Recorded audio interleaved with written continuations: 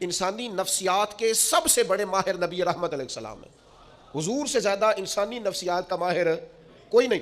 حضور معراج پہ گئے، واپس آ کر نبی پاک صلی اللہ تعالیٰ علیہ وسلم نے واقعہ معراج کو بیان کیا، اور وہ جو واقعہ معراج جو نص قطعی ہے جسے قرآن نے بیان کیا ہے، لیلم من المسجد الحرام الی المسجد الاقصی، رات کے تھوڑے سے حصے میں مسجد حرام سے لے کر مسجد اقصی تک۔ اب وہ ہفتوں اور مہینوں کا سفر ہے، اب اس کو آپ کہیں صرف مسجد حرام سے مسجد اقصی، باقی معراج نہیں، وہ بھی لوگوں کی سمجھ میں نہیں آ رہا تھا۔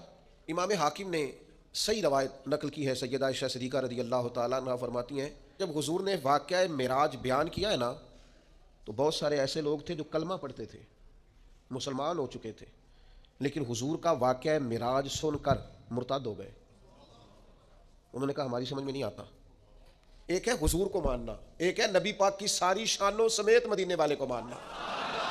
میں لعنت ڈالتا ہوں فرقہ واریت پر اور فرقہ وارانہ سوچ پر، لیکن اللہ کے گھر میں مسجد میں بیٹھ کر انشراح صدر سے کہتا ہوں نبی پاک کو حضور کی شانوں سمیت صرف اہل سنت و جماعت مانتے ہیں۔ انشراح صدر سے کہتا ہوں شانوں سمیت، اور اتنا تگڑا مانتے ہیں کہ میں وہ سنی ہوں جمیل قادری مرنے کے بعد میرا لاشا بھی کہے گا صلاۃ والسلام۔ یہ سمجھ لیں آپ بات، یہ کیا بات ہوئی؟ وہ مننا بھی کہا مننا ہے، کدے مان لے آتے کدے منے ہی نہ، یہ کیا فلسفہ ہوا بھائی؟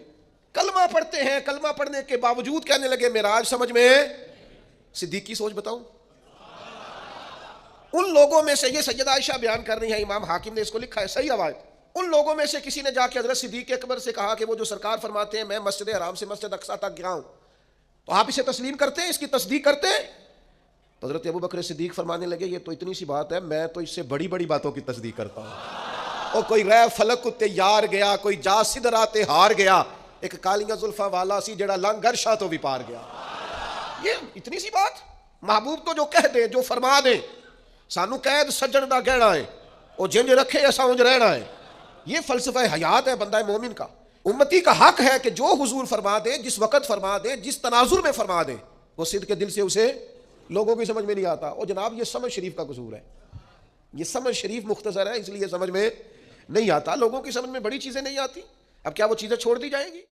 تو جو سمجھتا ہے نا کہ شاید میں سب سے کمزور ہوں، اور جو میری طرح سمجھتا ہے میں سب سے چھوٹا ہوں، سب سے گناہگار، وہ بھی کہے کہ نہیں رب تو میرا بھی ہے نا، رب تو میرا بھی ہے نا، تو وہ ایک کونے میں لگے اور وہ کہے کہ نہیں اللہ کو میں نہیں منانا ہے، اور وہ میری مانے گا، اللہ کو منائے اور اس کی بارگاہ میں عرض کرے کہ اللہ تو رحم فرما، اللہ تو رحمت فرما، اللہ آسانی فرما، اللہ اپنے حبیب کے صدقے رحم فرما۔